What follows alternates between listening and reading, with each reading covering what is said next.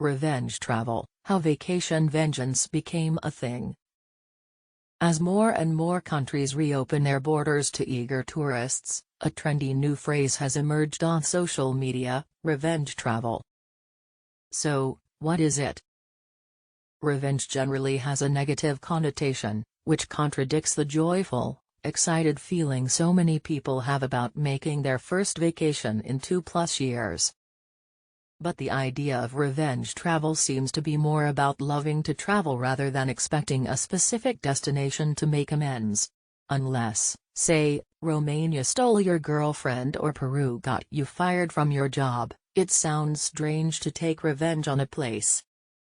Perhaps revenge travel can be interpreted as getting revenge against the pandemic, or against COVID itself. No. Really. What is it?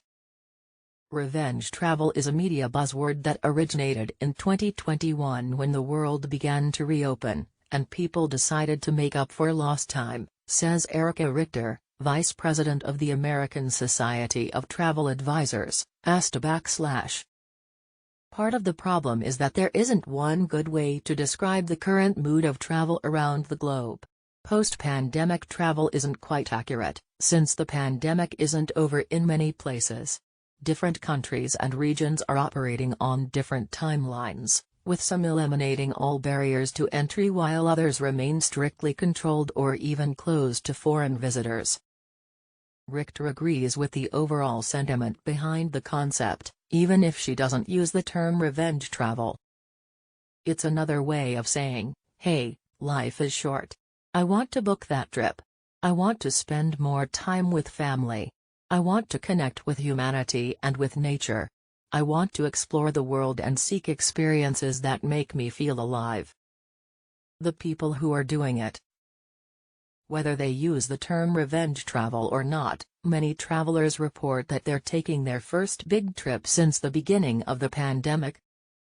Deborah Campagnaro, who lives in British Columbia, Canada, is one of them.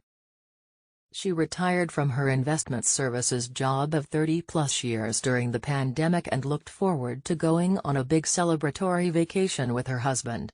The couple went on a group trip to Nepal in 2016 to hike the Annapurna Circuit, a challenging trek through some of the country's highest peaks.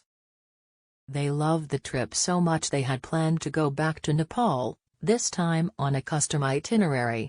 Pandemic-related closures and weather difficulties meant they had to postpone multiple times.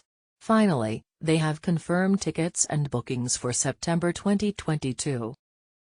Campagnaro and her husband are indulging in additional time and experiences instead of fancy resort stays. They will be staying in Nepal for an entire month and have added on a few days in the lakeside town of Pokhara as a treat. That wouldn't have happened before, she says about the side trip. That wouldn't have happened before,